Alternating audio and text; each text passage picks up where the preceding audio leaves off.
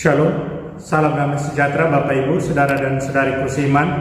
Semoga saya menjumpai Anda semuanya dalam keadaan yang sehat walafiat, tetap semangat, tetap tersenyum, tetap berpengharapan pada Tuhan kita Yesus Kristus. Saya, Pater Adi Tiala, SVD, senang berjumpa kembali dengan Anda dalam permenungan harian Sabda Tuhan, Embun Sabda, di hari Jumat 5 Maret 2021. Saudara dan saudariku seiman, hari ini saya ajak Anda untuk merenungkan jangan iri hati, karena iri hati hanya akan membinasakan, hanya akan menjatuhkan kita ke dalam dosa. Saudara dan saudariku seiman, dalam bacaan kudus yang kita dengar hari ini, kita diarahkan, kita dihantar pada permenungan soal iri hati itu mendatangkan perbuatan dosa.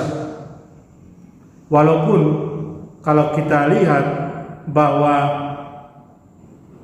perbuatan dosa yang dilakukan itu kemudian dibalik oleh Allah sendiri untuk mendatangkan satu kebaikan. Dalam perbuatan dosa selalu mengarahkan kita untuk kembali kepada Allah. Ada satu poin positif dalam setiap dosa yang kita buat, yaitu bahwa dengan berbuat dosa kita disadarkan lagi oleh Allah untuk kembali pada Dia, supaya jangan berbuat dosa lagi. Apalagi dosa yang didatangkan karena iri hati, karena dengki. Saudara dan saudariku seiman, Allah kita adalah Allah yang luar biasa. Allah yang seperti saya katakan tadi, membalikan sesuatu yang terjadi karena dosa, kemudian mengarahkan kembali kepada Dia.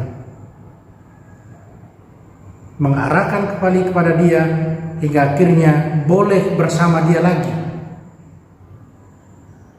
Tapi itu sekali lagi membutuhkan keterbukaan, membutuhkan pertobatan.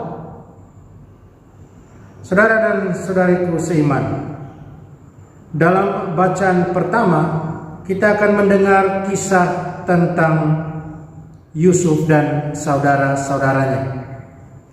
Saudara-saudara Yusuf yang iri hati dengan Yusuf karena dia mendapat perlakuan istimewa dari ayah mereka. Ketika Yusuf diutus ayahnya untuk pergi menjenguk saudara-saudaranya di ladang, di padang, saudara-saudaranya merancangkan pembunuhan atas dia. Karena apa? Karena iri hati dan dengki.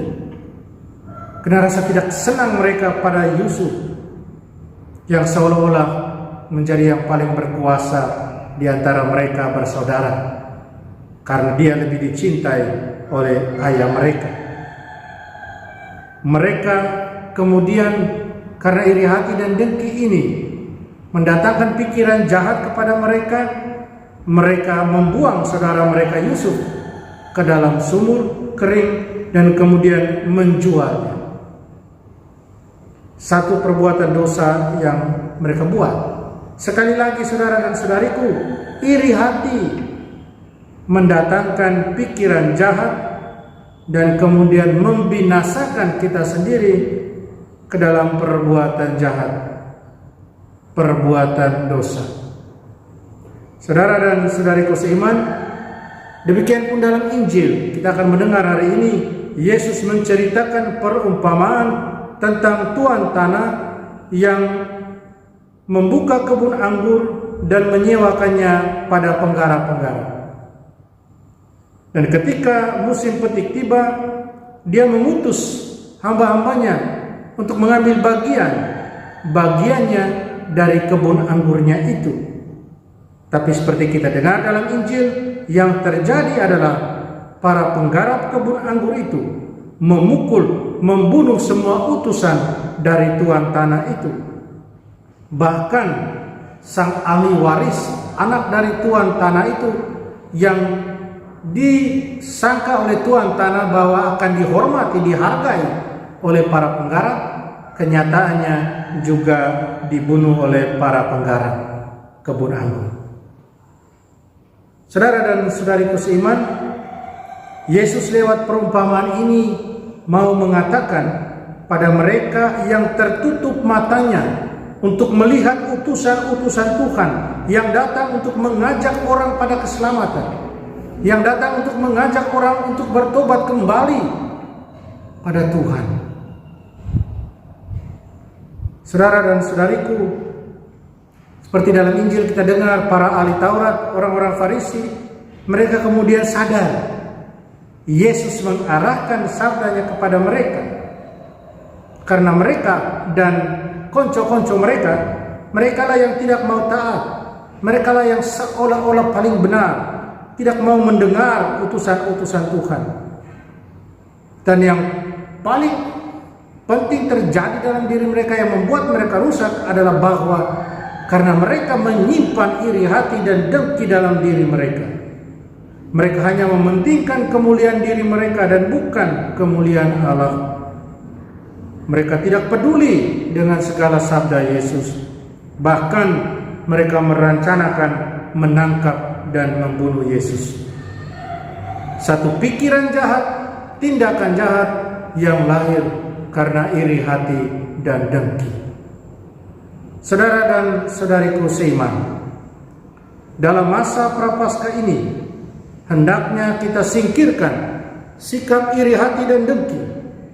Hendaknya kita lebih banyak mengambil sikap mengasihi, lebih banyak mengambil sikap mengampuni dan memaafkan. Tidak ada gunanya sikap iri hati dan dengki, karena hanya mendatangkan kebinasaan batinia buat kita dan membuat kita terjerumus masuk ke dalam dosa lebih dalam.